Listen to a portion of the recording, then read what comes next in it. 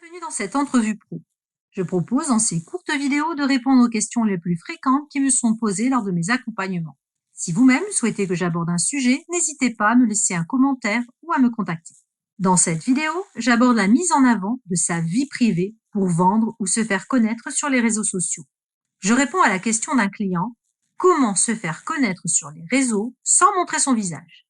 Quelles que soient leurs raisons personnelles, des clients émettent en effet le souhait de se faire connaître sur les réseaux sans montrer leur visage ou leur vie privée.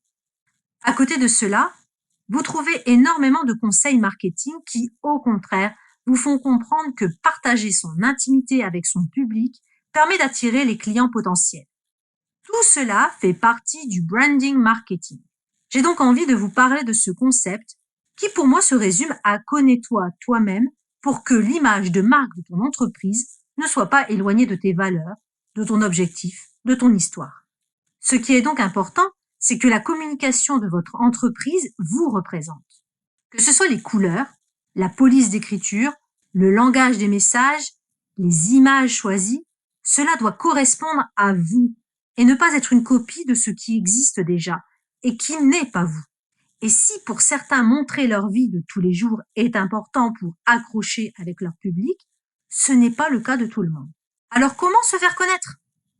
Eh bien, utiliser les réseaux est quasiment inévitable et il devient très rare que le seul bouche à oreille fasse son effet, surtout s'il ne s'agit pas de commerce de proximité.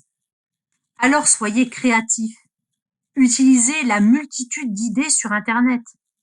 Les posts, les podcasts, les montages vidéo, les avatars.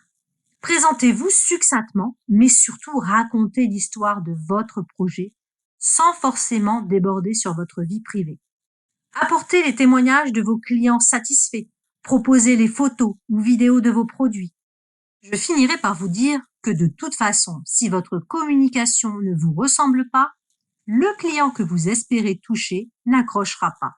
De même, si vous ne présentez que votre vie privée, vos enfants, vos passe-temps, le client ne comprendra plus ce que vous proposez réellement et vous n'attiserez que la curiosité sur votre quotidien et non plus un attrait sur votre entreprise.